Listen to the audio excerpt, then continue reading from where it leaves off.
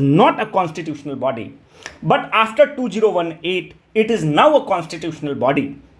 How this question is very important for us? तो कहने का मतलब इसका करेक्ट आंसर हो जाएगा ई।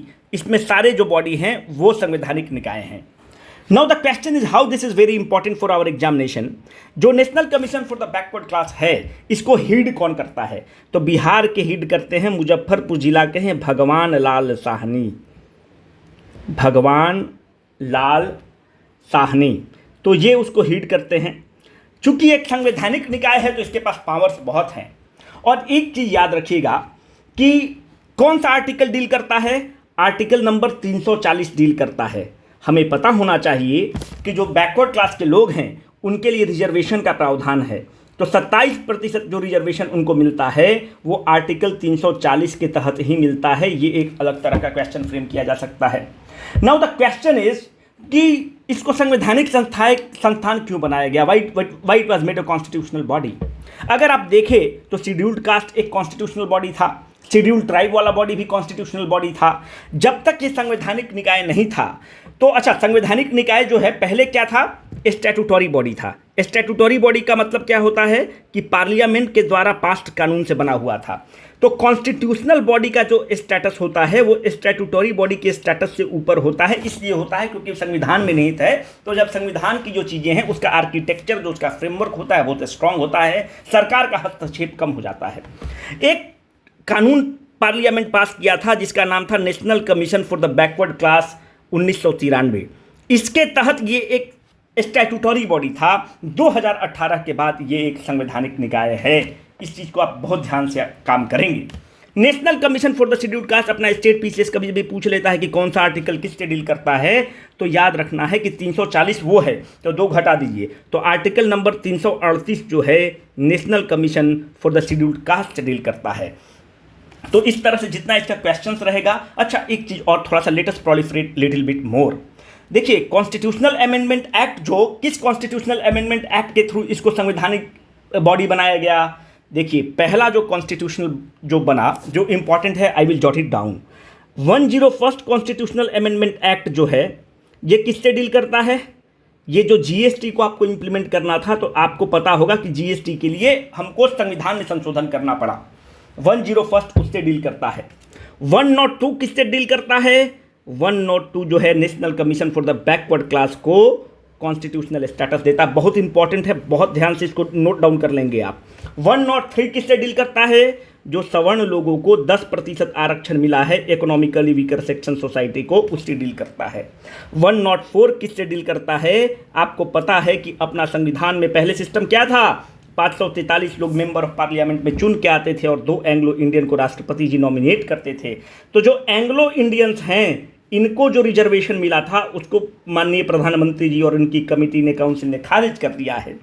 प्लस रिजर्वेशन जो है एक्सटेंड कर दिया गया है। आपको पता है कि जैसे बिहार विधानसभा में कितने सीट रिजर्व हैं? 38 सीट रिजर्व हैं शेड्यूल्ड कास्ट के लिए, और 2 सीट रिजर्व हैं मनिहारी और कटवरिया, ये सीट रिजर्व है शेड्यूल्ड ट्राइब के लिए। तो इनका जो सीट का रिजर्वेशन था उसको एक्सटेंड कर दिया गया है 10 साल के लिए। ये चारों जो संविधान संशोधन है एग्जाम में आज ना कल जिस भी एग्जाम में आप बैठेंगे आपको छपा हुआ मिलेगा। गलती करेंगे बड़ा दुख होगा हमको। ये एक अलग उम्दा लेवल का क्वेश्चन है दोस्त, और पार्लियामेंट वाला टॉपिक को जरूर अच्छे से करके जाइएगा और इससे आपको क्वेश्चंस मिलते ही मिलते हैं। देखिए, पब्लिक अकाउंट कमेटी को आप क्या कहते हैं? लोक लेखा समिति कहते हैं। पब्लिक अकाउंट कमेटी को भी हीड कौन करता है?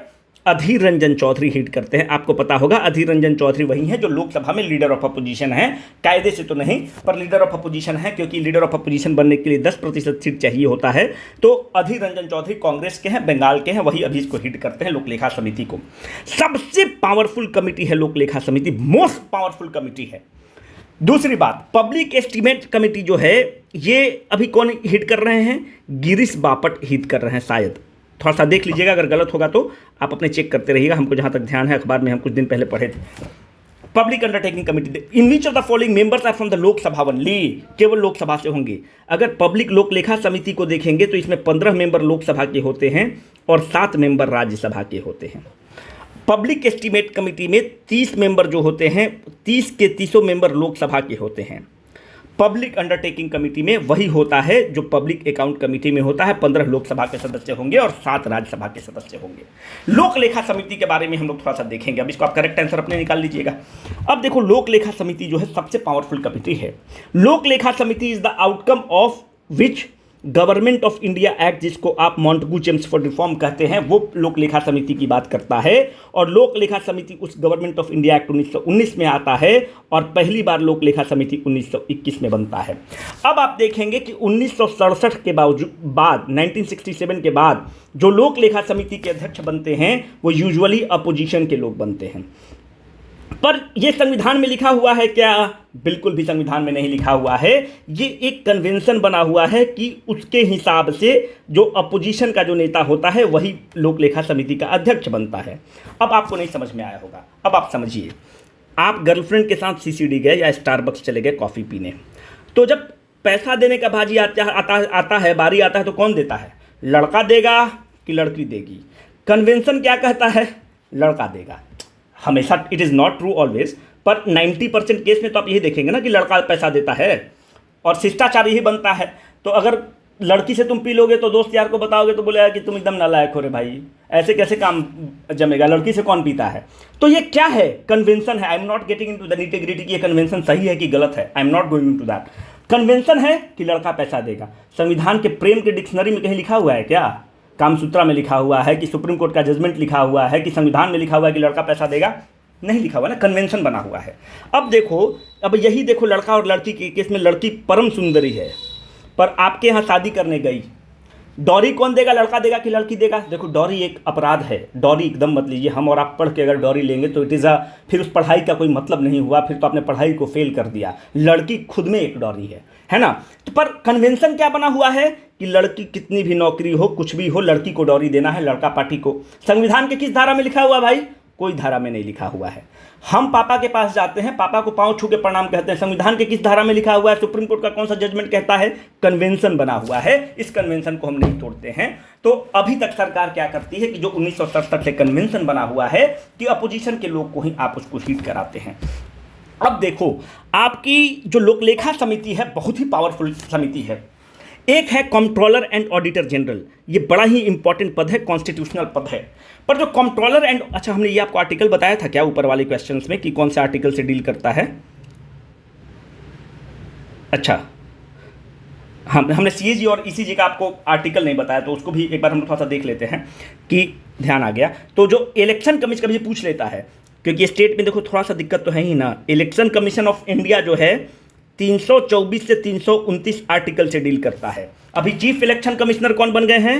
राजीव कुमार बन गए हैं, है ना? थोड़ा सा यूपीएससी में सब दिक्कत नहीं होगी पर इसमें दिक्कत होती है।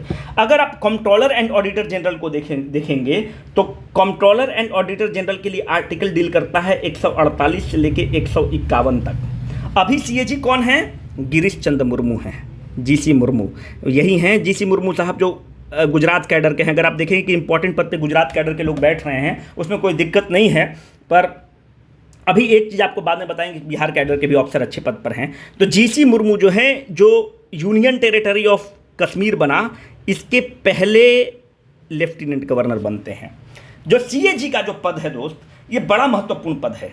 पहली बात यह है कि जीसी मुर्मू इस पद से हटने के बाद he will be ineligible for the further employment. आप इसके बाद इनको फर्दर एम्प्लॉयमेंट नहीं, आप और इनको कुछ नहीं बना सकते हैं।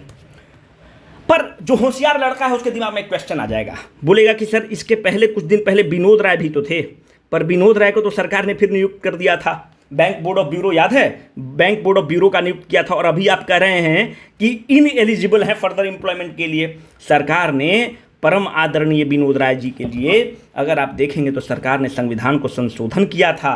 ये इतने, क्योंकि आपको पता है कि विनोद राय का जो कार्यकाल है बहुत डिस्प्यूटेड कार्यकाल है। कुछ लोग इनके पक्ष के हैं, कुछ लोग इनके विपक्ष के हैं। जैसे इनके पक्ष वाले लोग कहते हैं कि इन्होंने 2G स्पेक्ट्रम घोटाला को उजागर किया 1,76,000 करोड़ का। जो विपक्ष के लोग हैं, जो इनके अगेंस्ट हैं, वो कहते हैं कि भाई तुमने तो राजा को जेल में डलवाया था, तुमने कनिमोझी को जेल में डलवाया था, पर राजा और कनिमोझी दोनों को सुप्रीम कोर्ट से क्लीन चिट मिल गया है। अब तुम्हारे चलते क्या हुआ कि आप देखिए कि जितना भी टेलीकॉम सेक्टर है, एयरटेल है, भारती है, जितना भी है, ये सब लॉस मेकिंग कंपनीज हैं, इनको बहुत लॉस हो रहा है।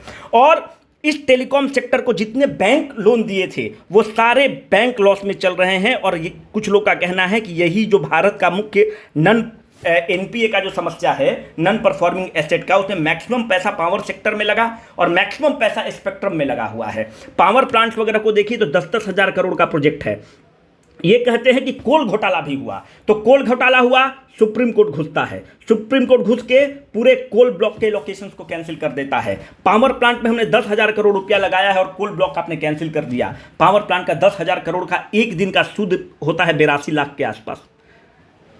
जब 82 लाख का सूद कहां से देगा, वो डिफॉल्ट कर गया। तो कुछ लोगों का कहना है कि विनोद राय के अपने ओवर ऑनेस्टी शो करने के चक्कर में और सुप्रीम कोर्ट के जुडिशियल एक्टिविज्म, जब मेंस हम लोग पढ़ेंगे तो इस चीज़ पर खूब हम लोग डिस्कस करेंगे, सुप्रीम कोर्ट के जुडिशियल एक्टिविज्म के कारण जो एनपीए का समस्या हुआ है भारत में हुआ है। एक स्कूल ऑफ थॉट ये है, दूसरा स्कूल ऑफ थॉट कहता है कि भाई ये तो एक तरह से विजिल ब्लोअर हैं, सीएजी का काम किए हैं, तो इस तरह से सीएजी का महत्वपूर्ण काम है। और सीएजी के बारे में याद रखिएगा कि सीएजी का उतना ही पावर है जितना सुप्रीम कोर्ट के जज का पावर है। सीएजी को वैसे ही हटा सकते हैं जैसे सुप्रीम कोर्ट के जज को हटाया जाता है, ठीक है। तो इनका वही पावर है जो सुप्रीम कोर्ट को जज को हटा सकते हैं।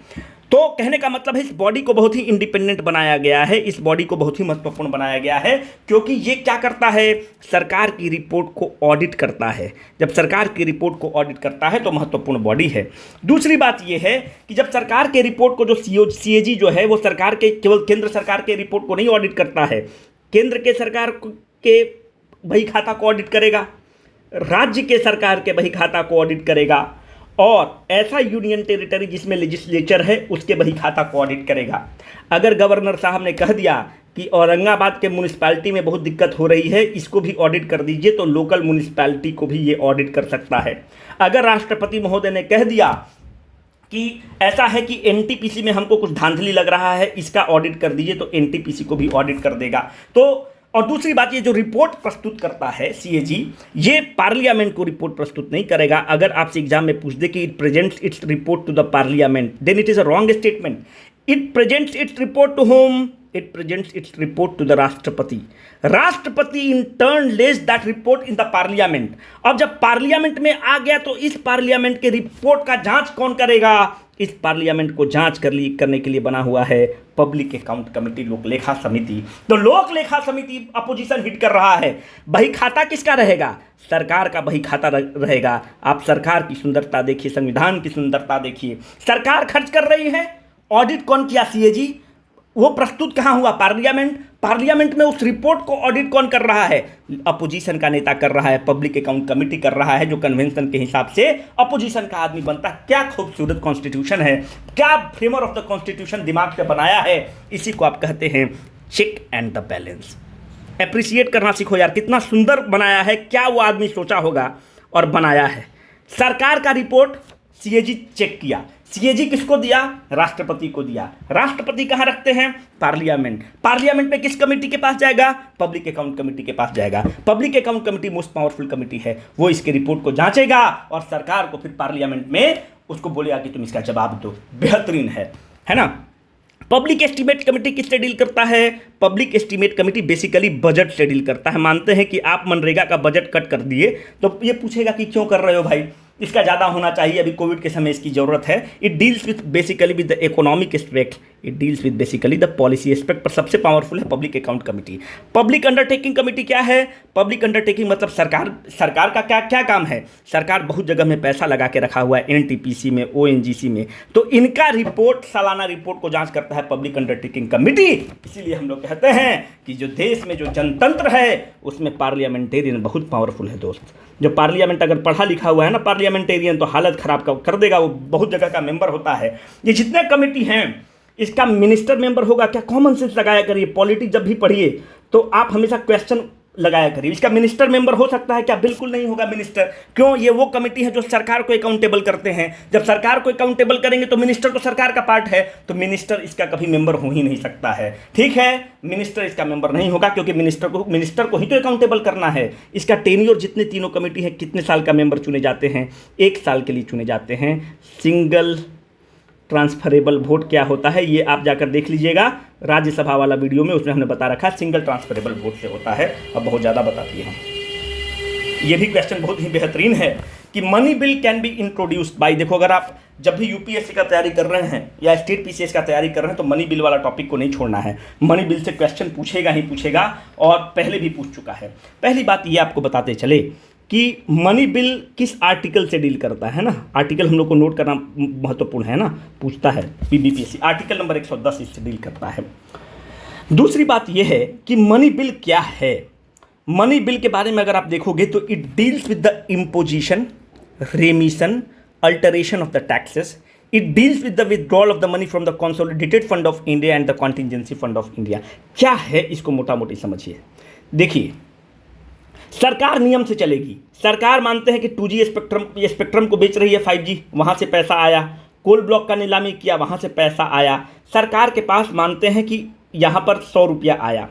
सरकार के खर्चे हैं, रफाल खरीदना होगा, 10 हवाई जहाज़ खरीदना होगा, रेल बनाना होगा, बुलेट ट्रेन बनाना होगा, सरकार यहाँ से निकालेगा। ऐसा नहीं है कि सरकार अपने मन से निकालेगा और जाएगा। आपका घर में पैसा आ रहा है तो आप परमिशन लेते हैं ना जी, घर से पर्स से पैसा निकालने के लिए आप किससे, from whom you take the permission? Mummy से लेंगे, पापा से लेंगे। उसी तरह से परमिशन हमको यहाँ पर लेने की जरूरत पड़ती है। उसके लिए किससे परमिशन लेना होगा? पार्लियामेंट से परमिशन लेना होगा, पैसा निकालने के लिए, पैसा इसमें इकट्ठा करने के लिए। वो जो पैसा होता है उसको आप कहते हैं कि मनी बिल के थ्रू हम इसमें लेंगे। मनी बिल प्रस्तुत होगा, उसके थ्रू काम होगा। कॉन्टिजेंसी फंड क्या है? राष्ट्रपति महोदय के पास ये आपदा वाला पैसा रहता है कि जब जरूरत पड़ा तो अचानक से वो निकाल सकते हैं।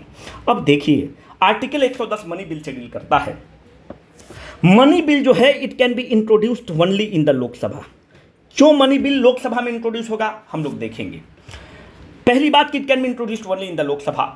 It can be introduced only by the minister. It can be only minister in any house of the parliament? बिल्कुल नहीं। हमने क्या बोला? Money bill has to be introduced only in the Lok Sabha. It can be introduced by only minister in the Lok Sabha. ये इसका correct answer है। कोई member of parliament इसको नहीं इंट्रोड्यूस करेगा। पर क्यों? देखिए, पैसा खर्चा कौन करेगा? सरकार। एग्जीक्यूटिव का पार्ट कौन कौन है? आगे भी एक क्वेश्चन आएगा। एग्जीक्यूटिव सरकार है, एग्जीक्यूटिव ही सरकार है, बिल्कुल मोदी जी सरकार है। मोदी जी का काउंसिल ऑफ मिनिस्टर सरकार है, उसी को तो आप एग्जीक्यूटिव बोल रहे हैं। अगर मानते हैं सुधांशु त्रिवेदी भाजपा के सांसद हैं, वो सरकार हैं क्या? बिल्कुल सरकार नहीं है। गिरिराज सिंह सरकार है क्या? गिरिराज सिंह सरकार है। आरा के सांसद आरके सिंह सरकार हैं क्या? वो सरकार हैं। पशुपति पारस सरकार हैं। पर आपके जो मुजफ्फरपुर के सांसद और औरंगाबाद के सांसद सुशील कुमार सिंह सरकार नहीं है, जबकि ये भाजपा के सदस्य हैं। सरकार कौन है? Prime minister and his council of minister. तो ये जो मनी बिल है, ये कौन पैसा निकाल रहा है? सरकार। अकाउंटेबल कौन होगा? सरकार। सुधांशु त्रिवेदी अकाउंटेबल नहीं है। तो कहने का मतलब है कि money bill has to be introduced only in the Lok Sabha. Why it has to be introduced only in the Lok Sabha? Because executive जो है, जो आपका जो सरकार है, ये किसको अकाउंटेबल है? एक चीज हमने आपको बताया था, अकाउंटेबल एंड आंसरेबल। एक हमने बताया था आंसरेबल और एक होता है रिस्पॉन्सिबल। आप देखते होंगे कि निर्मला ताई जो हैं राज्यसभा की सदस्य हैं, वो लोकसभा में भी जवाब देंगी, राज्यसभा में भी जवाब देंगी। जयशंकर साहब राज्यसभा में भी जवाब देंगे, लोकसभा में भी जवाब देंगे।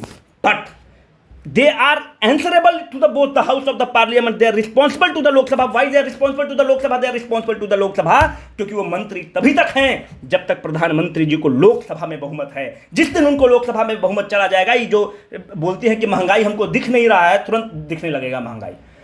ये मिनिस्टर बनी हुई है क्योंकि प्रधानमंत्री मोदी का ऑरा है, उनका करिश्मा है। और प्रधानमंत्री मोदी तब मोदी हैं जब उनको लोकसभा में बहुमत है। हमने और आपने उनको अपने पलकों पर चढ़ा रखा है।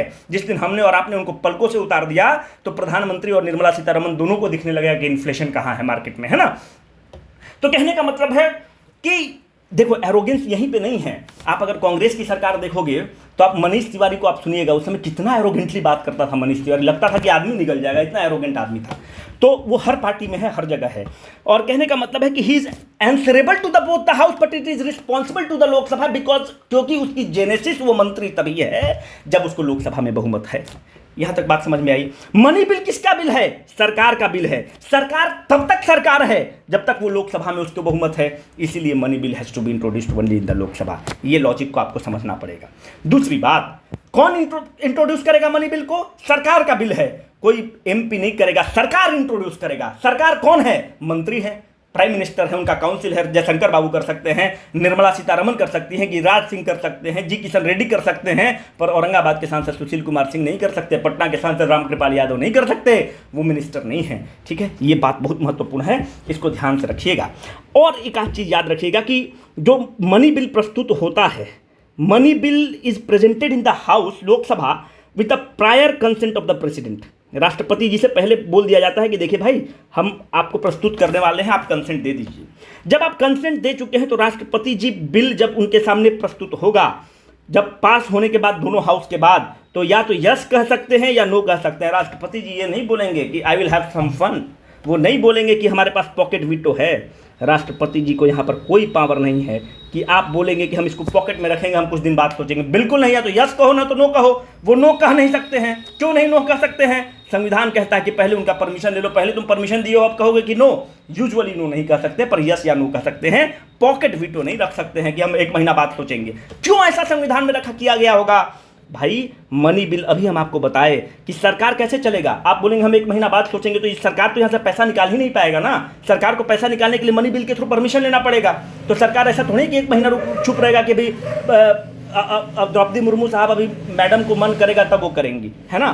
तो ये है कि पॉकेट वीटो का इसमें प्रावधान नहीं है। There is no provision like that. दूसरी बात, यहाँ पर देखिए तो यहाँ पर आपको राज्यसभा एक सेकेंड हाउस के रूप में नहीं, एक सेकेंडरी हाउस के रूप में दिखेगा।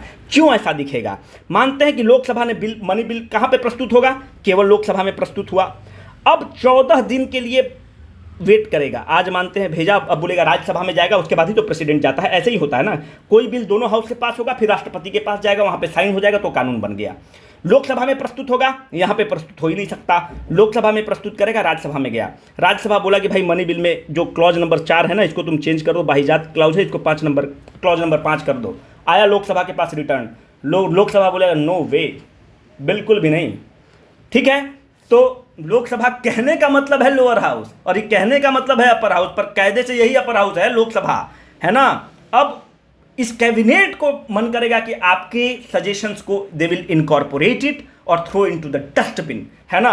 अगर आपके सलाह को नहीं मानता है, अमेंडमेंट को नहीं मानता है, within 40 days the bill will be assumed to be passed. Bill को मान लिया जाएगा कि पास्ड हो गया। अब पास्ड होके कहाँ चला गया? राष्ट्रपति जी के पास चला गया। राष्ट्रपति जी क्या कर सकते हैं? यस करेंगे या नो करेंगे, पॉकेट वीटो नहीं है। नो करेंगे क्या? बिल्कुल नहीं करेंगे। नो नहीं करेंगे, यस ही करेंगे। एक चीज़ और याद रखिएगा, राष्ट्रपति के पास 42nd कॉन्स्टिट्यूशनल अमेंडमेंट एक्ट अगर आप देखेंगे तो 42nd कॉन्स्टिट्यूशनल अमेंडमेंट एक्ट को मिनी कॉन्स्टिट्यूशन कहा गया। पर इसमें एक चीज़ बहुत अच्छा किया गया, इसमें एक चीज़ ये किया गया, इंदिरा गांधी ने किया कि वो कहें कि जो राष्ट्रपति है, president is bound by the advice of the council of ministers. ठीक है, वो काउंसिल ऑफ मिनिस्टर के एडवाइस को फॉलो करना है।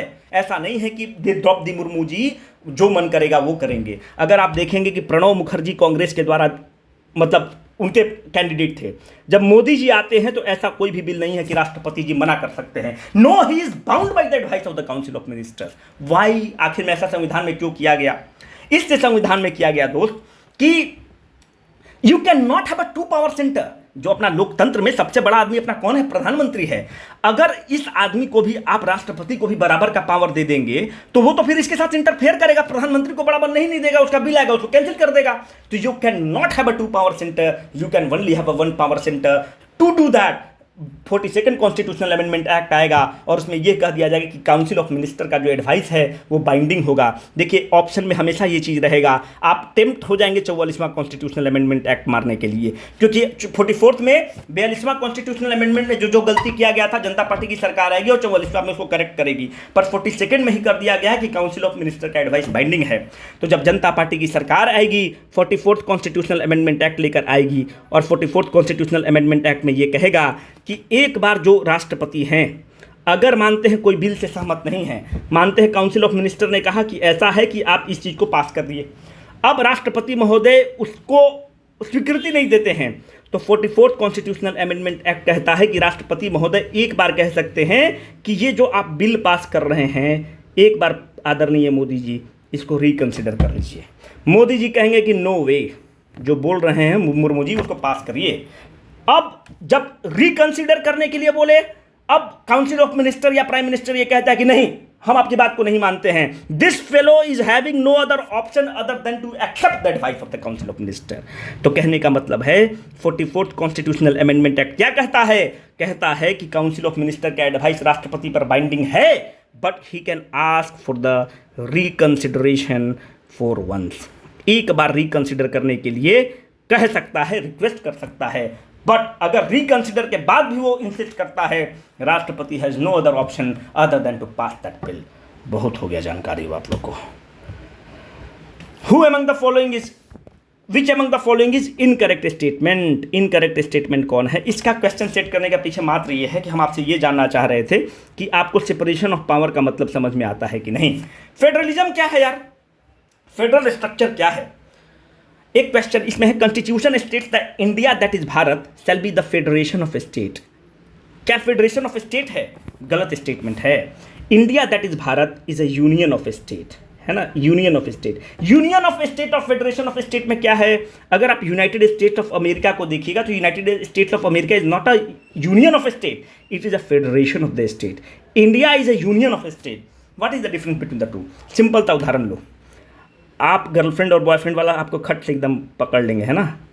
बाकी सब में आपको आपके एंटीना को टाइम लगेगा, पर इसमें आप फट से पकड़ लेंगे। गर्लफ्रेंड है और बॉयफ्रेंड है, बॉय गर्ल, आप क्या कर रहे हैं कि लिव इन रिलेशनशिप में है। लिव इन समझते तो हो, है ना, लिव इन रिलेशनशिप में है। Live in relationship is nothing but a federation. क्यों फेडरेशन है? अपनी मर्जी से साथ में रह रहे हैं, अपनी मर्जी से बाहर चले जाएंगे। कोई सामाजिक बंधन है क्या? कोई सामाजिक बंधन नहीं है। अपनी मर्जी से साथ में रह रहे हैं, अपनी मर्जी के बाद अगर आपका मन भर गया, लड़की का मन भर गया, तो वो अलग जा सकती है, आप अलग जा सकते हैं। शादी के केस में क्या है? ऐसा कर सकते हो क्या कि हमको बीवी से अब मन नहीं लग रहा है, बीवी रोज लड़ाई कर रही है, ऐसा कर सकते हो क्या? बीबी is a union of state. क्यों? वहां पर एंट्री अब आपके मन से होगी, है ना, एंट्री आपके मन से है, एग्जिट आपके मन से नहीं है। आप निकल नहीं सकते हैं, है ना। डाइवोर्स वोर्स वाला मत आप केस समझिए, एग्जिट अपने मन से नहीं है। कहने का मतलब है कि वहाँ पे सोसाइटल प्रेशर है, परिवार का प्रेशर। लिव इन में क्या है भाई, हम और आप हैं, अगला दिन आप हम अपना जींस चार्ट है, चार्ट अपना दाहिने हो गए, लड़की भी अपना दाहिने हो गई, है ना। तो live in relationship is a classic example of A federation. Union का क्लासिक एग्जाम्पल है मम्मी पापा का शादी ब्याह, है ना, गर्लफ्रेंड और बॉयफ्रेंड जब शादी के बंधन में चले गए। तो इंडिया इज शादी, United states of America is live in. ठीक है, देखो सेपरेशन ऑफ पावर का मैं ये बताना चाहता हूँ कि यूजुअली लोग को लगता है ना कि सेपरेशन ऑफ पावर मतलब स्टेट और सेंटर का सेपरेशन ऑफ द पावर। बिल्कुल नहीं। सेपरेशन ऑफ द पावर का मतलब है separation of the power between the judiciary, executive and legislature. Legislature का भी आपको पावर दिखाए पब्लिक अकाउंट कमेटी के थ्रू, पब्लिक एस्टीमेट कमेटी के थ्रू, इन तरह का कमेटी लेजिस्लेचर का पावर है। एग्जीक्यूटिव कौन है? Modi ji and his council of ministers, और president, vice president, attorney general, आगे एक क्वेश्चन है। और जुडिशियरी मतलब तीनों विंग को आपको अलग रखना है। That is called as a separation of the power. Separation of power does not mean that the difference of the power between the centre, state और द म्युनिसिपैलिटीज, है ना। तो ये क्वेश्चन का मतलब है। Indian federal system is sometimes considered as a quasi federal system. बिल्कुल सही स्टेटमेंट है। हमने आपके लिए एक स्टेटमेंट यहाँ पर कर रखा है, मेंस वगैरह में इसको इस्तेमाल करना, है ना, कि एसआर बोमी केस में सुप्रीम कोर्ट कहता है, एसआर बोमी केस में, कि Indian constitution is federal with a striking unitary characteristic. हम लोग का फेडरल सिस्टम है, no doubt, we do have a federal system, but our federal system is having the striking features. कौन सा कलम है? हम लोग का जो कॉन्स्टिट्यूशन में है स्ट्राइकिंग, जिसमें यूनिटरी कैरेक्टरिस्टिक्स बड़े स्ट्राइकिंग हैं। कैसे यूनिटरी कैरेक्टरिस्टिक्स हैं? मतलब ठीक है, एक केंद्र है और दूसरा राज्य की सरकार है, पर इन दो राज्य सरकार और केंद्र सरकार में देखेंगे कि हमारा अधिकतर जो पावर है वो केंद्र की तरफ टिल्टेड है, बैलेंस जो है केंद्र की तरफ। जैसे मानते हैं कि प्रधानमंत्री जी को मन किया, बहुत सारे चेक्स एंड बैलेंसेज हैं, पर अगर मानते हैं कि सरकार ने प्रेसिडेंट रूल लगा दिया, तो प्रेसिडेंट रूल लगा दिया तो जो स्टेट है वो खत्म, है ना। तो we do have a federal system, but that federal system is having that is tilted in the favour of the centre. हम लोग इसलिए कहते हैं कि we have a federal system with a striking unitary characteristics. Unitary characteristic for home, unitary characteristic for the centre, है ना। ये sir वो भी कई हम लोग मेंस वगैरह करेंगे तो और इस तरह का आपको स्टेटमेंट देंगे।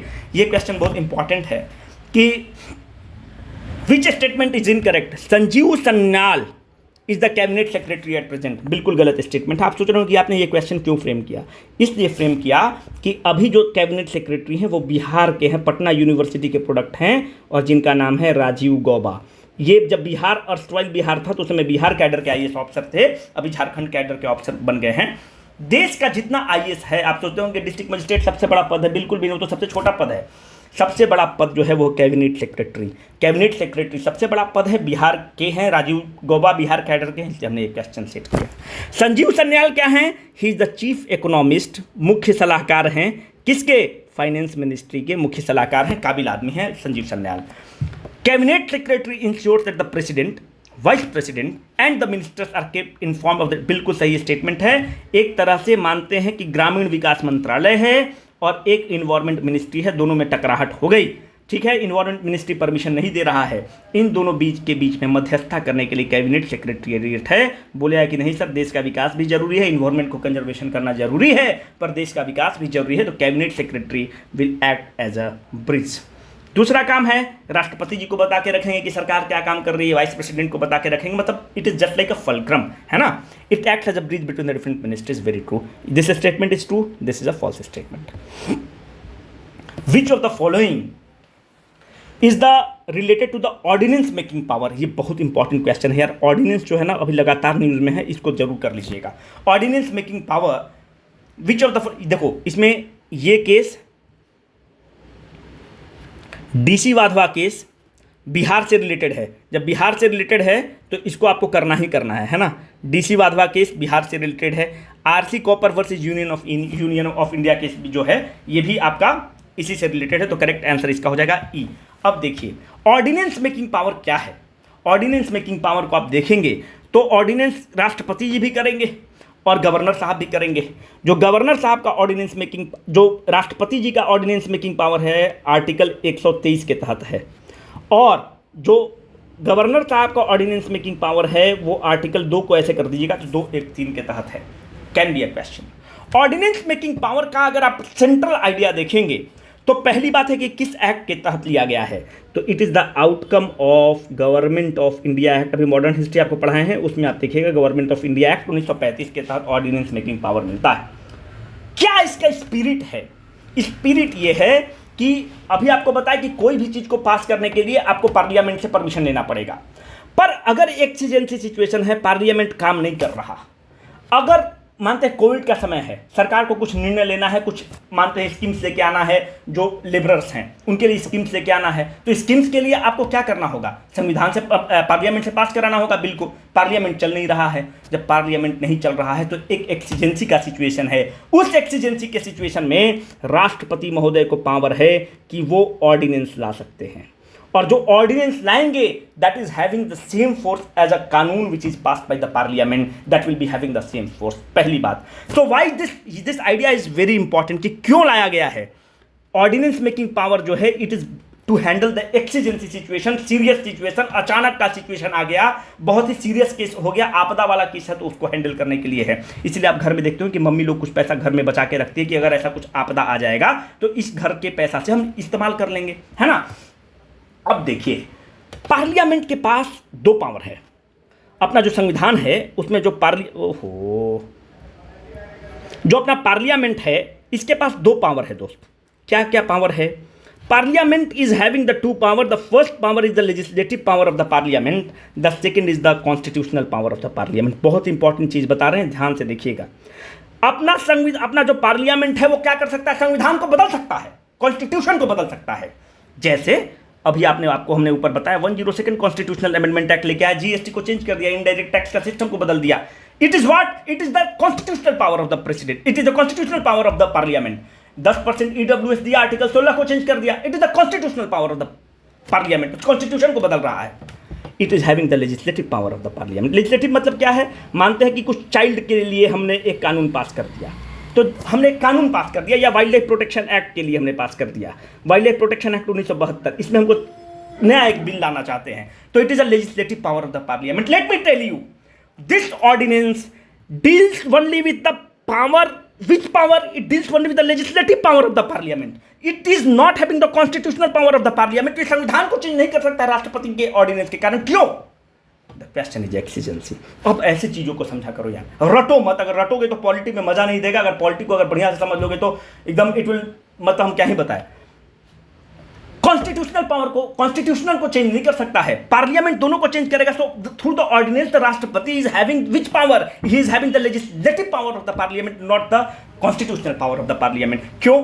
संविधान कहता है कि भाई संविधान को बदलना है, ऐसा अर्जेंसी आपको क्या है? हम तो आपको ऑर्डिनेंस मेकिंग पावर क्या दे रहे हैं? कुछ एक्सीजेंसी का सिचुएशन होगा तो करिएगा। आप संविधान को बदल रहे हैं, संविधान को बदलने के लिए ऐसा एक्सीजेंसी का क्या सिचुएशन आ गया? आप सिंपल बिल पास कर सकते हैं, आप ऑर्डिनेंस के थ्रू सिंपल बिल को पास कर सकते हैं, संविधान को बदल नहीं सकते हैं। तो इस चीज़ को याद रखिएगा, यूपीएससी वगैरह में ये सब जो स्टेटमेंट है बहुत बड़ा स्टेटमेंट है और बहुत आपका चीज़ को आसान कर देगा। पहली बात ये, क्यों? बिकॉज ऑर्डिनेंस मेकिंग पावर क्या होता है? मानते हैं कि लोकसभा चल रहा है, राज्यसभा चल रहा है, मतलब लोकसभा नहीं चल रहा है और राज्यसभा चल रहा है। राज्यसभा परमानेंट हाउस है। जब लोकसभा नहीं चल रहा है तो बिल पास होगा क्या? नहीं होगा, क्योंकि लोकसभा से भी पास होना चाहिए, राज्यसभा से होना चाहिए, तब राष्ट्रपति के पास पहुंचा। एक हाउस नहीं फंक्शन कर रहा है, ऑर्डिनेंस आप इशू कर दिए।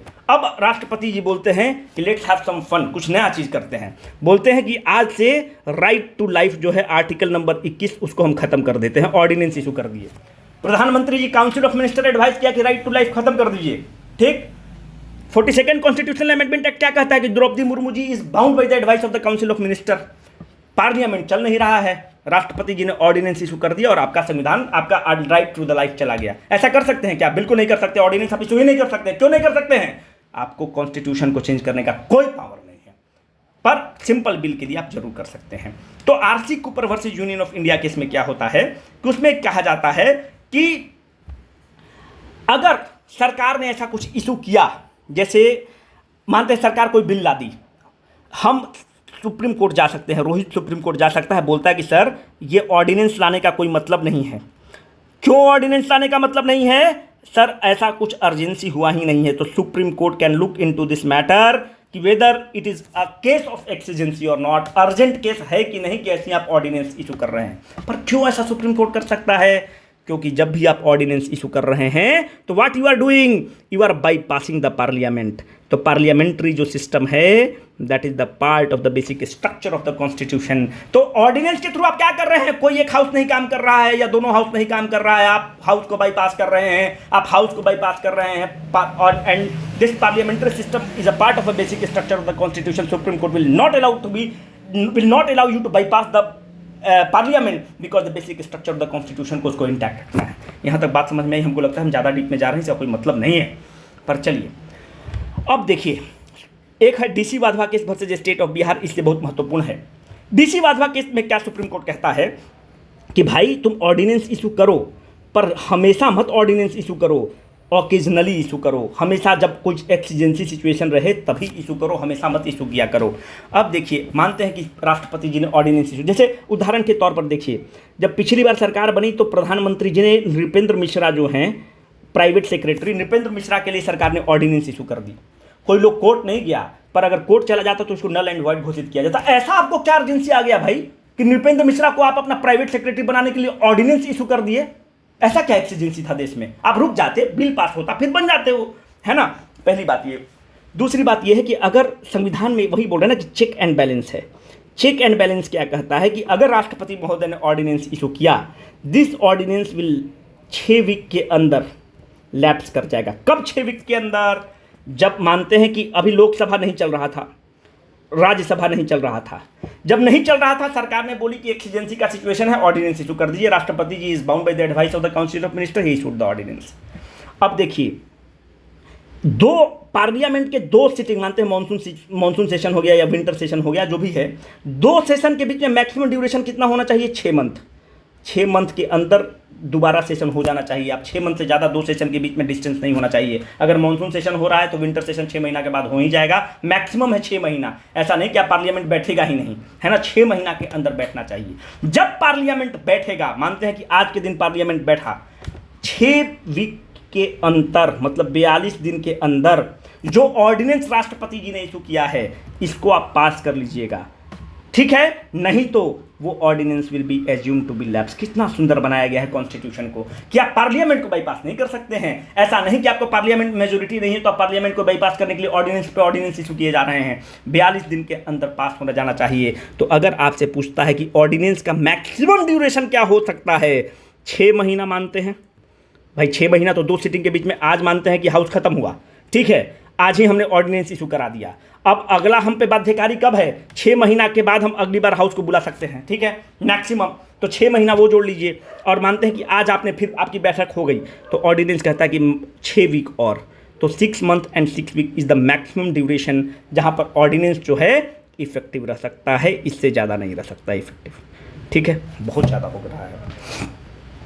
विच ऑफ द फॉलोइंग, बहुत बड़ा वीडियो बन जाएगा। Which of the following is not the part of the basic structure of the constitution? कौन part of the basic structure नहीं है? हम इस क्वेश्चन को इसलिए डाले हैं ना कि अभी आपको पता है कि प्रधानमंत्री जी ने एक वर्ड यूज किया है, रेवड़ी, फ्री चीज के लिए, है ना। तो सुप्रीम कोर्ट, अभी देखिए CJI रमन्ना साहब one of the finest supreme court के जज हैं, उन्होंने बोला कि एक कमेटी बनाइए।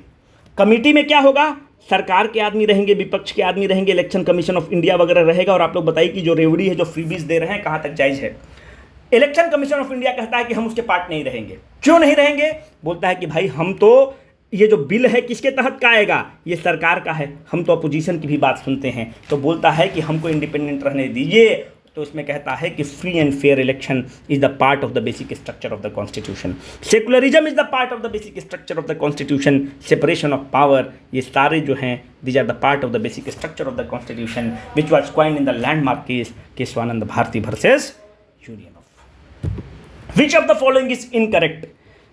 कौन सा स्टेटमेंट इनकरेक्ट है? ये हैं अभी NHRC के चेयरमैन साहब अरुण मिश्रा, यही हैं, ये बहुत इनका विवाद में रहा, सुप्रीम कोर्ट के जज थे, और ये कहते हैं कि prime minister thinks locally act globally, मतलब चाटुकारिता का हद है। जो भी सुप्रीम कोर्ट का जज है, ऐसा नहीं कि केवल अपना प्रेजेंट बीजेपी सरकार में, कांग्रेस में भी हुआ है ना। ऐसा थोड़ी कि कांग्रेस में भी इन लोगों ने खूब काम किया है, ऐसा थोड़ी कि इन लोगों ने किया है। जो भी सत्ता है वो चाहेगा कि जुडिशरी उसके पास रहे। अगर आप संविधान को पढ़ेंगे तो आप पाएंगे कि जब जब केंद्र की सत्ता मजबूत रहेगी, इंदिरा जी की सरकार हो या कोई भी हो, उस समय जुडिशरी की औकात नहीं है कि जुडिशरी ज़्यादा बोलेगा, बिल्कुल नहीं उसकी औकात है। सब कोई हंसराज खन्ना नहीं बन सकता है ना। तो जब जब केंद्र पावरफुल रहेगा तो जुडिशियरी सर्वेंट रहेगा, ऐसा देखा गया है यूजुअली। और जब जब केंद्र कमजोर रहेगा, जुडिशियरी उसके ऊपर चढ़ेगा। जब भी कोलिशन की सरकार रहेगा, जुडिशियरी चढ़ेगा। जो वकील मेरे मित्र देख रहे होंगे वो एग्री करेंगे। अभी अरुण मिश्रा जी इसके अध्यक्ष बन गए हैं NHRC के। ये बताइए कि NHRC जो है ये कॉन्स्टिट्यूशनल बॉडी है? बिल्कुल गलत स्टेटमेंट है, कॉन्स्टिट्यूशनल बॉडी नहीं है। NHRC एक्ट पास हुआ 1993 में, उसके तहत एक स्टैच्यूटरी बॉडी है जो पार्लियामेंट की बॉडी है, स्टैट्यूटरी बॉडी है। Term of the office is 5 साल, बिल्कुल गलत स्टेटमेंट है। पहले 5 साल था और 70 साल था, अब इसको घटाकर 3 साल कर दिया गया है और 70 साल, है ना। आपको पता है कि सुप्रीम कोर्ट जज का टेन्योर कितना होता है? 65 साल पे लोग रिटायर होते हैं, इनको और 3 साल मलाई मिल जाता है, तो 68 साल तक इन लोग काम करते हैं। बेसिकली NHRC का चेयरमैन वगैरह बन गया था। It is a watchdog of the human right in the country, बिल्कुल। A person who has been the chief justice of the India और अ जज of the supreme court, he was not the chief justice of the India, he was a supreme court जज। तो उसमें change करके ये भी कर दिया गया है कि सुप्रीम कोर्ट का जज भी NHRC का अध्यक्ष बन सकता है ना। अच्छा, NHRC के अध्यक्ष का चुनाव कैसे होता है, जो मेंबर्स कैसे चुने जाते हैं? तो एक 6 सदस्यीय शिष्टमंडल इसको चुनता है। उसमें कौन कौन होता है? परम आदरणीय प्राइम मिनिस्टर, सेकंड आदरणीय देश के गृह मंत्री जी रहेंगे, इसलिए आप देखते हैं कि होम मिनिस्टर के लिए मारापीटी होता है। तीसरा, स्पीकर लोकसभा रहेंगे। चौथा, डिप्टी चेयरमैन राज्यसभा रहेंगे। चेयरमैन राज्यसभा कौन है? वाइस प्रेसिडेंट, वो नहीं रहेंगे, डिप्टी चेयरमैन राज्यसभा रहेंगे। फिर leader of opposition Lok Sabha, leader of opposition Rajya Sabha 6 हुआ, 1 2 3 4 5 6, ठीक है। तो ये मेंबर्स उसके रहते हैं। अच्छा ये बताइए अभी एसएचआरसी का चेयरमैन कौन है? Vinod Kumar Sinha. Bihar state human right commission के चेयरमैन कौन है? इनका भी 3 साल का टर्म है ना, विनोद कुमार सिन्हा। इसके लिए भी यही तय कर दिया गया है कि जो एसएचआरसी के जो चेयरमैन होंगे, he has to be the chief justice of a high court और जज ऑफ अ हाई कोर्ट, है ना, और हाई कोर्ट के जज होना चाहिए। दूसरी बात, इसके जो मेंबर्स होंगे वो डिस्ट्रिक्ट कोर्ट जो होता है, डिस्ट्रिक्ट एंड सेशन जज, डिस्ट्रिक्ट एंड सेशन जज हो सकता है जिसको कम से कम 7 साल का अनुभव हो, तो he can be the state human right commission. एक स्टेट याद रखिएगा, स्टेट ह्यूमन राइट कमीशन जो होता है इसकी नियुक्ति कौन करता है? फागू चौहान जी करेंगे, गवर्नर साहब करेंगे। पर इसको हटा कौन सकता है? राष्ट्रपति हटा सकता है ना, इसको गवर्नर साहब नहीं हटा सकते हैं। इसलिए किया गया है ताकि इसके पावर को, इसको थोड़ा सा अलग हम लोग रखेंगे, इसको हटाना डिफिकल्ट करते हैं, है ना। क्योंकि एसएचआरसी क्या करेगा? एसएचआरसी किसके अगेंस्ट काम करता है? State human right commission. कौन आपके ह्यूमन राइट्स को वायलेट करेगा? सरकार करेगा। तो सरकार के खिलाफ जजमेंट देगा। अगर सिस्टम को आसान रखा जाएगा तो सरकार हटा देगा एसएचआरसी को कि इसके खिलाफ जजमेंट दे रहा है। इसीलिए संविधान कहता है कि इसको प्रेसिडेंट के थ्रू हटाया जाएगा, उसको टफ बनाया गया है ना। तो ये उसका कारण है। स्टेट पब्लिक सर्विस कमीशन जो भी अपने बने हैं, स्टेट पब्लिक सर्विस कमीशन, इसके भी इसकी नियुक्ति कौन करेगा? महामहिम राज्यपाल करेंगे। हटाएगा कौन? राष्ट्रपति हटाएगा, ठीक है। Who is not the member of the union executive? ये है के वेणुगोपाल। यार कभी जब भी मौका मिले ना तो इन लोग को आप कभी सुना करिए, अगर यूट्यूब वगैरह पे देखते हैं। He is one of the finest legal luminary of the country. गजब के आदमी हैं के वेणुगोपाल साहब। अभी अटॉर्नी जनरल ऑफ इंडिया है। कौन सा संविधान डील करता है? आर्टिकल नंबर 76 डील करता है अटॉर्नी जनरल ऑफ इंडिया से। दोस्त, यूनियन एग्जीक्यूटिव के कौन कौन पार्ट होते हैं ये महत्वपूर्ण हो जा रहा है। तो प्रेसिडेंट साहब पार्ट होते हैं, वाइस प्रेसिडेंट होते हैं, प्राइम मिनिस्टर साहब पार्ट होते हैं और अटॉर्नी जनरल होता है। हम लोग मिस कर देते हैं, यही यूनियन एग्जीक्यूटिव के पार्ट हैं। यूनियन एग्जीक्यूटिव के पार्ट हैं। दूसरी बात, जो अटॉर्नी जनरल साहब होते हैं, he work on the pleasure of the president. आज अगर मन है द्रौपदी मुर्मू जी को तो बोलेंगे कि ऐसा है कि आप पद छोड़ दीजिए, किसी के वेणुगोपाल जी, इनको छोड़ना पड़ जाएगा, इनको इम्पीच करने की जरूरत नहीं है। He is the highest law officer of the country. Article 76 किससे डील करता है? अटॉर्नी जनरल से। अभी देश के सॉलिसिटर जनरल कौन है? तुषार मेहता हैं। तुषार मेहता के बाद अगर आप देखें तो ऐश्वर्या भाटी हैं, फिर ये मीनाक्षी लेखी का हस्बैंड कौन है? अमन लेखी, है ना। तो इन लोग एडिशनल सॉलिसिटर जनरल हैं। एडिशनल सॉलिसिटर जनरल और जो सॉलिसिटर जनरल हैं ये स्टैट्यूटरी बॉडी हैं, ये कॉन्स्टिट्यूशनल बॉडी नहीं है। के वेणुगोपाल बार बार कह रहे हैं कि भाई हमको अटॉर्नी जनरल नहीं बनना है। इतने बड़े वकील हैं, भारत सरकार के वकील हैं, तो ये इतने बड़े वकील हैं कि सरकार इनसे गिड़गिड़ाती है, कहती है कि आप रहिए। क्योंकि इनका एक हियरिंग का चार्ज था 9 लाख रुपया। जब प्राइवेट प्रैक्टिस करते थे तो एक हियरिंग का चार्ज था 9 लाख रुपया, और सरकार इनको कितना महीना देती है? 2.5 से 3 लाख रुपया। तो इससे इनको क्या होना जानी है। तो बहुत बड़े वकील हैं, है ना। इसके पहले मुकुल रोहतगी का एक हियरिंग का 11 लाख रुपया है ना। तो इन लोग नहीं बनना चाहते हैं अटॉर्नी जनरल। अब देखिए, जो सीएजी जो हैं अटॉर्नी जनरल साहब हैं, he is having all the privileges and the perk of the member of parliament. जो बंगला मिलेगा, जो पावर्स होगा, सब होगा। ये जिस भी कमिटी के पार्ट रहेंगे वहाँ पर उस कमिटी को ज्वाइन कर सकते हैं, पर इनको वोटिंग का अधिकार नहीं रहेगा। He can join all the meetings of which he is the part of, but he is not having the right of the voting. Voting का इनको अधिकार नहीं रहेगा। इस चीज़ को आप ध्यान रखिएगा, है ना। He is the highest law officer of the country हैं। ये सब चीज़ को पता होना चाहिए। Which of the following is not the cause of the Indian constitution to be? बल्कि अपना संविधान को कहा जाता है ना कि बहुत बल्कि संविधान है ना। कौन कारण नहीं है? Historical factors like government of India act 1935, बिल्कुल सही स्टेटमेंट है। गवर्नमेंट ऑफ इंडिया एक्ट 1935 को देखेंगे तो already government of India act 1935 बल्कि था। हम लोग का मैक्सिमम प्रोविजन वहाँ से है, तो ऑब्वियसली है कि ये बल्कि रहेगा। Presence of the legal luminaries, बिल्कुल बड़े बड़े मतलब विद्वान बैठे हुए थे, तो they had the discussion on each and everything कि ये होगा तो क्या होगा, ये होगा तो क्या होगा, सरकार को कैसे अकाउंटेबल करना है, कैसे पार्लियामेंट्री लोक लेखा समिति बनाना है कि सरकार को अकाउंटेबल करेंगे। तो लीगल ल्यूमिनरीज रहेंगे तो ज़्यादा डिस्कशन हुआ तो संविधान अपना ज़्यादा इलेबोरेट और बड़ा बना। Single constitution for the centre and state, बिल्कुल एक ही संविधान है दोस्त, और वही सेंटर के लिए भी बताता है और राज्य के लिए बनाता है। तो जैसे इतने सारे राज्य हैं और सेंटर है तो उसके लिए भी संविधान बड़ा बन गया है। Huge geographical extent of the India and it's diversity, अगर आप देखेंगे तो नॉर्थ ईस्ट राज्यों के लिए कुछ अलग प्रोविजंस हैं। अगर आप देखेंगे तो ट्राइबल ऑटोनोमस एरिया है जिसके लिए 5th शेड्यूल 6th शेड्यूल है।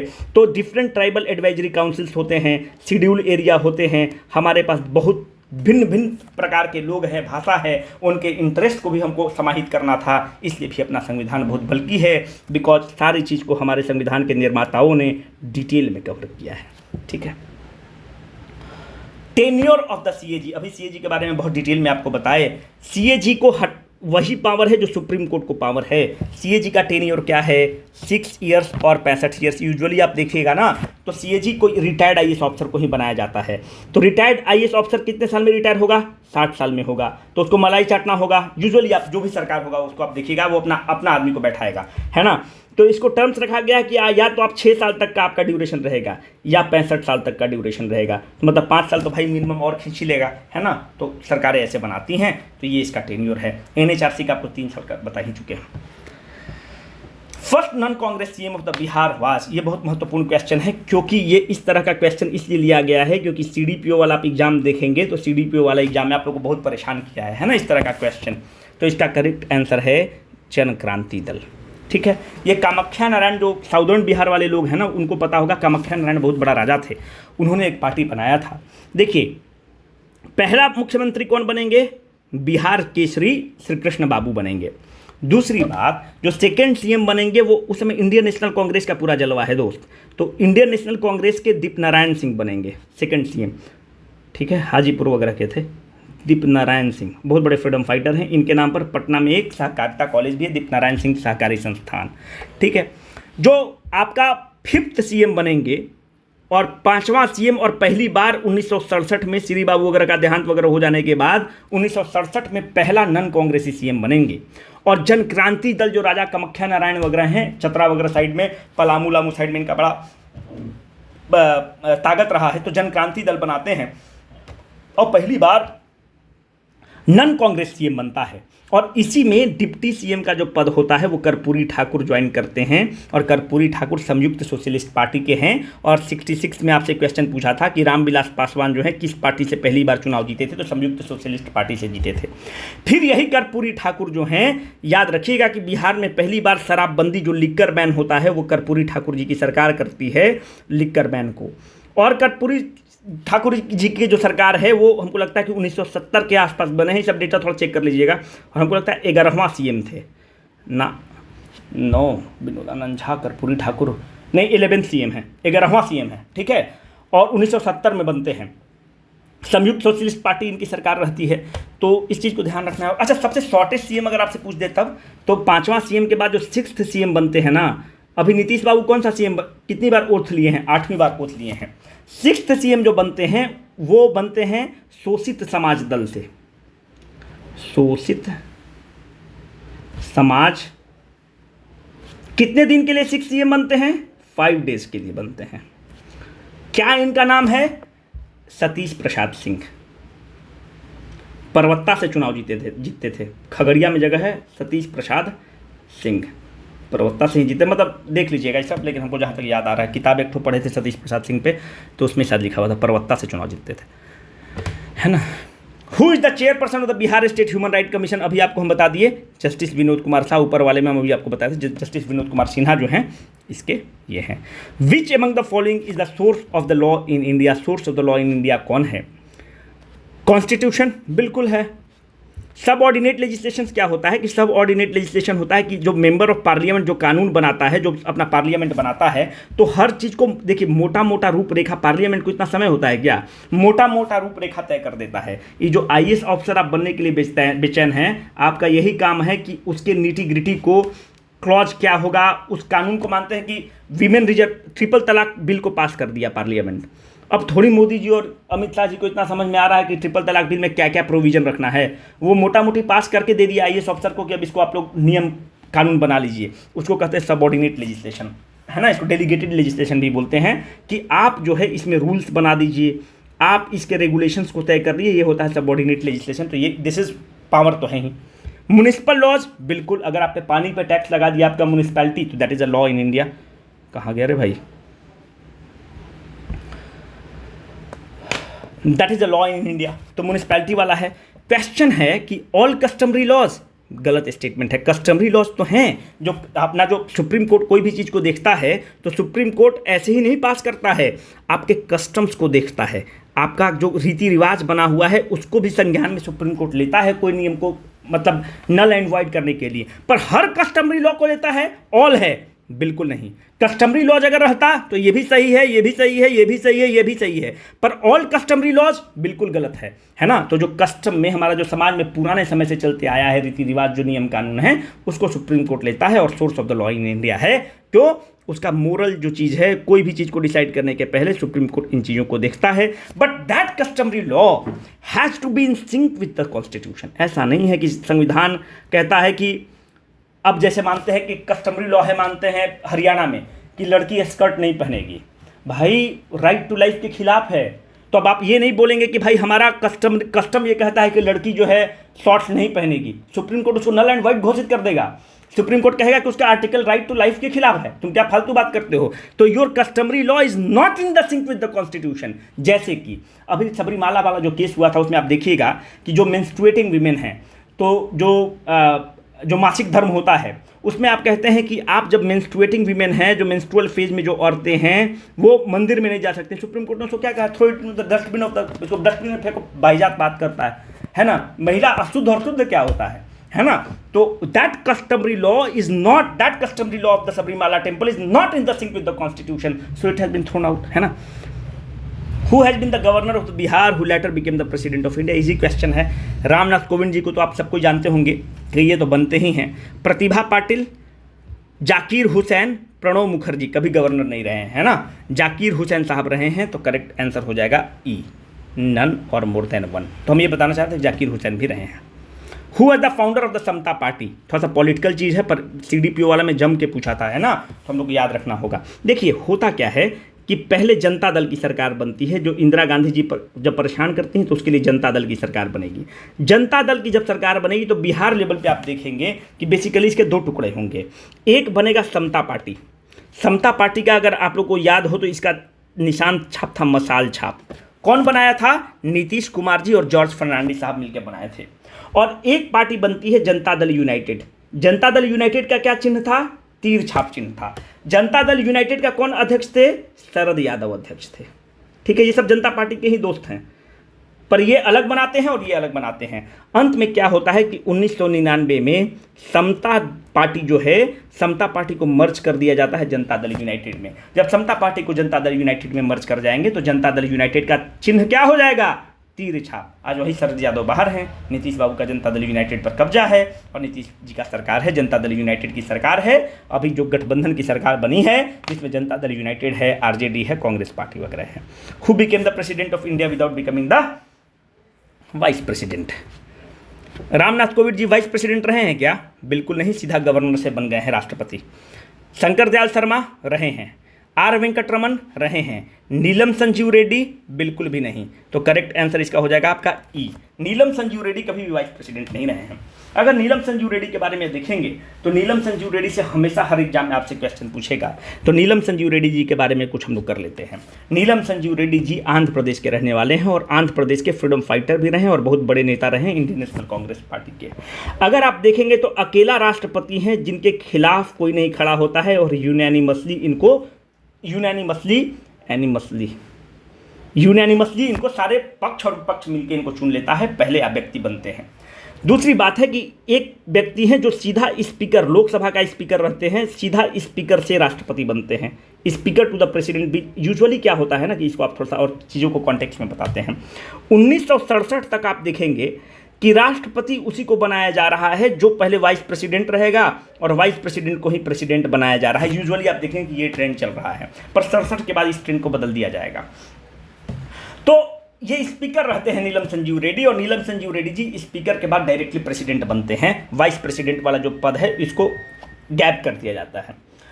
जब ये स्पीकर बनते हैं तो अकेला स्पीकर है, जैसा लोकसभा की वेबसाइट पर दिया हुआ है। मानते हैं कि स्पीकर अभी जो ओम बिरला है किस पार्टी के हैं? ओम बिरला जी भारतीय जनता पार्टी के हैं, वो primary membership of the party से इस्तीफा नहीं दिए हैं।